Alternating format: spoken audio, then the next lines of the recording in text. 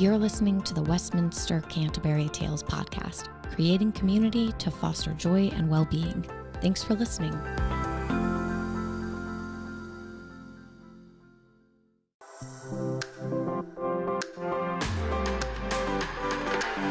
You're listening to Navigating Through the Weeds with Dr. Hill and Dr. Crenshaw of Cannability Consulting, a division of Westminster Canterbury on Chesapeake Bay. We are here to provide education, consultation, care coordination, and community outreach to empower you, your loved ones, and the healthcare industry in safely navigating through the weeds of hemp and medical cannabis. Hey everyone, this is Dr. Alex Hill, the Chief Nursing Officer of Cannability Consulting. Thanks for joining us on today's episode of Navigating Through the Weeds, where I'm going to be talking a little bit about quality of life. The reason for this is January is International Quality of Life Month. This month was established in 1994 to encourage people to focus on what's most important and find the inspiration to make positive changes towards a healthier lifestyle. This month-long celebration is all about taking a step back from the daily hustle and bustle of our lives and focusing on the things that truly matter, like our health, happiness, and well-being. It's no coincidence that this month aligns with the new year, our New Year's resolutions, and getting a fresh start. So really, what is quality of life? It can mean different things to different people, and one's definition of the term can change over time. According to Merriam-Webster, it's the overall enjoyment of life, our general well-being. But more specifically, it's the degree that a person or a group is healthy, comfortable, and able to enjoy the activities of daily living. Our World Health Organization further defines quality of life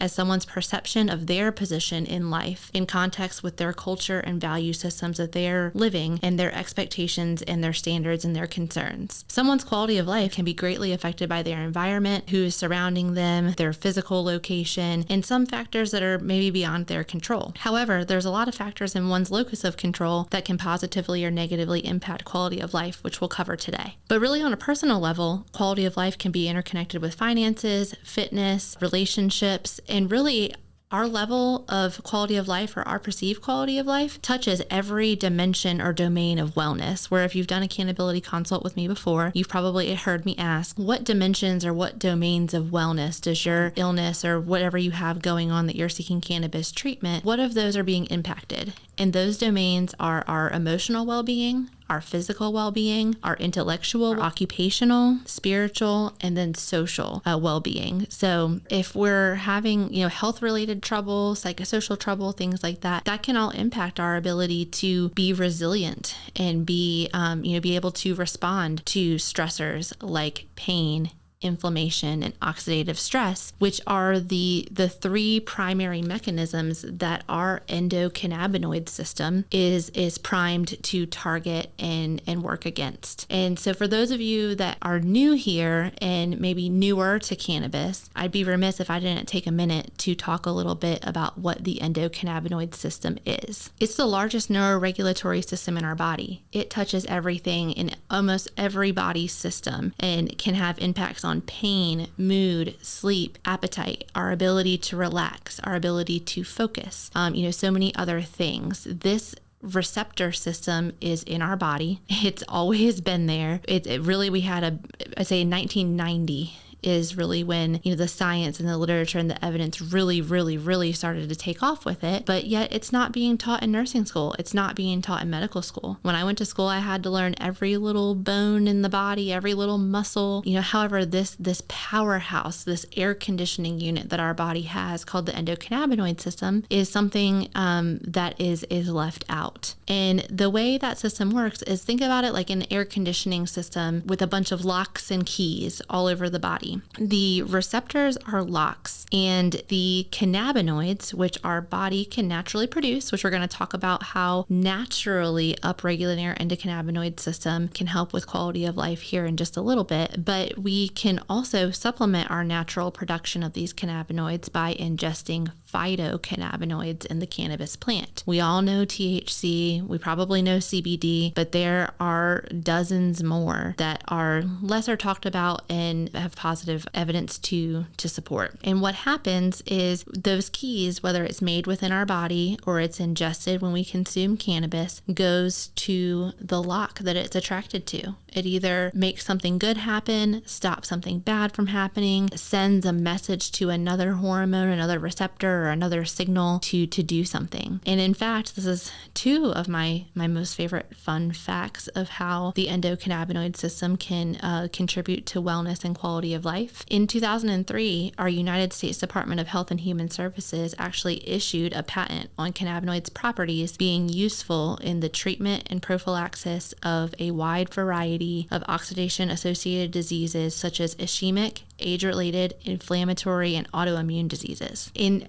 2013, the National Institute of Health, an organization that we look to daily for guidance on so many things, recognized that the modulation of our endocannabinoid system and its activity has therapeutic potential in almost all diseases affecting humans. Well, how do we know that? I hear often, and I think it's been ingrained in us and stigmatized to believe that we don't have enough evidence about cannabis because we're lacking clinical trials. Well, why is that? And is that actually true? Like, let's unpack this a little bit. And for those of you who are listening that are in the medical field or have done research or things like that, and even if you're not, that we have a mini computer in our hands all the time. We can always find something to either support or negate, a claim. We, as medical cannabis use is rapidly growing, patients are experimenting because they're no longer willing to wait for the green light from our federal government. And the results are abound both outside and inside of a trial. All we have to do is look around. And so right now, for example, according to Cannakeys, which is a wonderful database of information, as of this recording, there are 6,948 published studies about cannabis and the human endocannabinoid system in over 275 conditions. This number is growing rapidly. Just in the past 90 days, 305 studies were added to this database, and that's just going to continue to grow. Are they all perfect? Randomized controlled trials with double blinds and placebos and, all of those things? No. Does this number include millions and millions of other data points that cannabis clinicians and healthcare providers like myself get to witness on a daily basis? Not quite. But I and many other cannabis clinicians have long known that the rigors of a clinical trial cannot and should not be our only source of information. And the reason for that is evidence-based medicine. The original definition, if we go back to evidence-based medicine, is the integration of best research evidence with clinical expertise and patient values. Well, in recent decades, that has come to be configured as taking action against a single disease, following strict clinical guidelines, not deviating, really, kind of sticking to a standard. And it's often caused clinicians to lose touch with their clinical judgment and the ability to respond to a patient-centered or a holistic need. The guidelines often recommend beginning a pharmaceutical medication, but often don't look at what can be reduced or stopped or what other body systems could be upregulated or things that we can do outside of traditional medicine to work on these effects. So while cannabis care can create some variety, and it is very patient-centered because everyone's endocannabinoid system is different, of course that's going to create variety in our approach, but consistency in care is not necessarily synonymous with best care. And so Cannability Consulting and in many other cannabis clinician practices, we aim to restore that role of providing professional, holistic, patient-centered care that meets someone's goals rather than being a disease or algorithm, technician. So I know I went in sort of a clinician track here with this conversation, and I promise that we'll get back to how this all ties in, with quality of life. But, as medical cannabis use is rapidly growing and, folks are experimenting on their own, we've learned a lot of things. Cannabis's safety profile is far superior to most any pharmaceuticals, as you likely know from reading just one drug insert or seeing one late night television commercial about the latest and greatest drug. The side effects are endless. There's a ton of fine print, and it usually ends in can result in possible death. Has anyone ever perished from a cannabis overdose? Not possible, because the receptors in the system don't tie to breathing, unlike opioids and, some other things. So, to quote a really superb cannabis clinician, Dr. Dustin Sulak, in one of his most recent books, is that 96.6% of side effects noted in clinical trials for cannabis care are denoted as non-serious. And again, can't overdose, things like that. So we, in general terms, have evidence to, support positive effects. Does this mean that cannabis is for everybody? Absolutely not. Are there contraindications, things to be careful of, things to consider? Certainly. And, we could spend an entire episode, talking, about just that. But as we're, looking at improving quality of life, another thing that often startles people when we're talking about how cannabis works within our body is that it can work on a couple different things at the same time. We're able to control the effects by understanding medical history, medications you're taking, goals, things that you do and don't want to have happen. And so unlike a pharmaceutical, the parts of a cannabis plant modulate one another and bind to receptor sites in multiple places rather than going to just one specific target. And this makes perfect sense. I mean, biology is complex. The human body is so complex. There are conditions, most medical conditions aren't caused by one single thing in one single location in the body. It's often a combination of some of those domains of wellness or different body systems or different organs. And it's often not resolved by just one intervention. So tying all of this back into the quality of life aspect, when we're talking about goals of care, what's important? What does wellness look like to you? That's something that I often ask either before or during a consult. What does wellness look like to you? And for each person, that can look very different.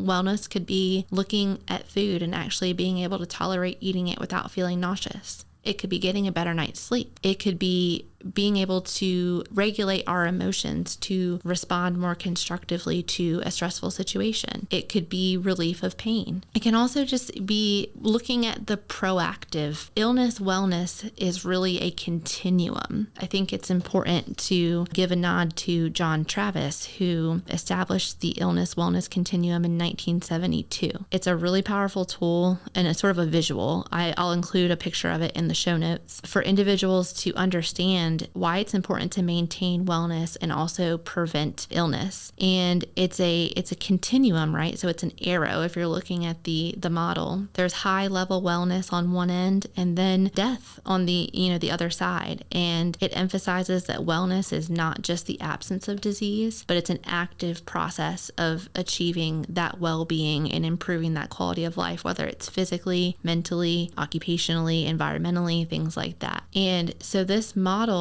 says that we can improve our wellness by making lifestyle changes. This could be increasing physical activity, working on our diet, being mindful, practicing self-care to reduce stress. It really encourages us to be active participants in our health and well-being, making positive choices, taking preventative measures, educating ourselves as much as we can to become our most actualized self. Illness is not just the presence of disease, but it's a dynamic state that can, we could be a little bit off kilter and kind of, rein it back in, bring it back, or we might be having a severe disease state or may have multiple conditions going on at once. It can be dynamic and changing. One day we can be healthy, the next day we could have an event that sort of changes what that looks like or what wellness looks like to us. But by being an active participant and making those positive choices, we can understand it's not just about being sick, but by maintaining that wellness, we're able to prevent to an extent illness. And so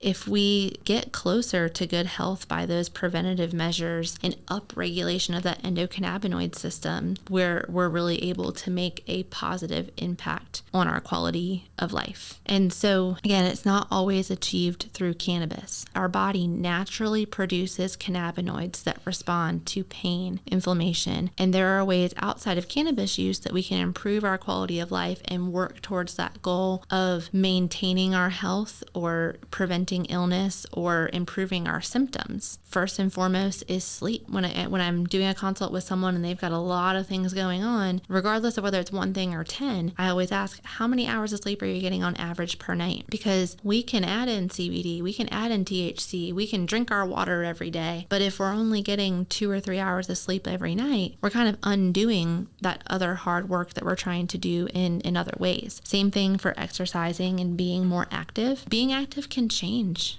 over time, but making a concerted effort to be active in a way that makes sense for us and for our bodies is another powerful tool to improving that wellness and then improving that quality of life. And then the self-care things, being creative, meditating, going to see an acupuncturist, getting a massage. I know some of those things may not be in everyone's reach, but there's a great deal of positive evidence to, support how that can improve wellness, quality of life, and that natural regulation of the endocannabinoid system. Diet. In fact, I think we'll probably have a future episode about diet. Let me know, drop in a comment or send us a message if that's something you think you might be interested in, because the effects of diet and how we eat is a conversation that we could probably spend hours on. But making sure that we're getting a healthy balance of endocannabinoid enhancing fatty acids like hemp seeds, hemp oil, flax seeds, chia seeds, walnuts, anchovies, eggs, things like that can all be really powerful enhancers to our endocannabinoid system, as well as there's a lot of great benefits with spices. There's beta-caryophyllene, which is great for inflammation, found in black pepper, oregano, cinnamon, clove. And then of course, here's your blessing to eat that piece of chocolate tonight. Cacao powder, dark chocolate that's over 70% dark. All of those things can help prevent many things and have positive impacts to our health and well-being in moderation. So we've covered a lot in a short amount of time. And in celebration of International Quality of Life Month, what we really wanted to emphasize here at Cannability is that quality of life matters, and a deficit in one area can spill over into another, and that wellness and our ability to stay well or prevent illness, of course, all ties into quality of life. And that while there are many things that can play a role in that outcome, and that there are a lot of great traditional methods to handle or improve quality of life, we really want to emphasize and sort of shout to the rooftops that we collectively, have the power to, take ownership and take charge, get in the driver's seat, talk to our doctors about cannabis, research and learn a little bit more, making a commitment to get a bit more sleep, focusing on a better diet, or,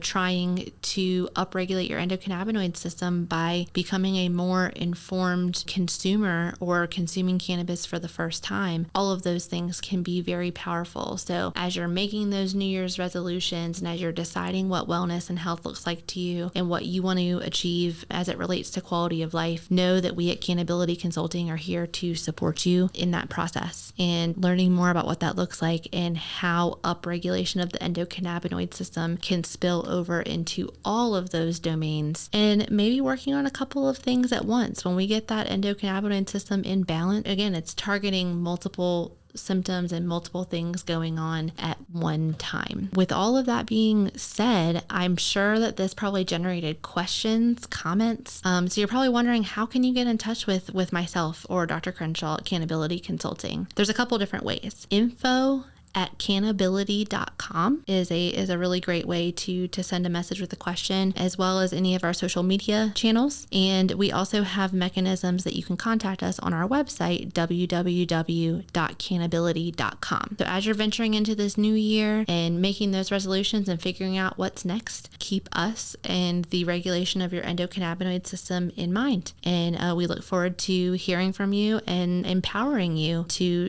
take that next step if that's something that you or a loved one might need. Thanks.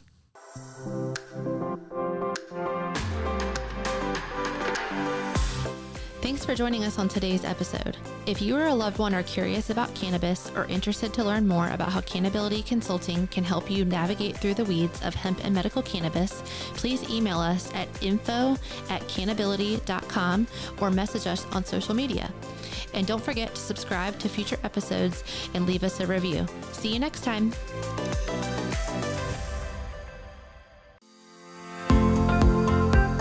We hope you enjoyed this episode of the Westminster Canterbury Tales podcast. Thank you for listening.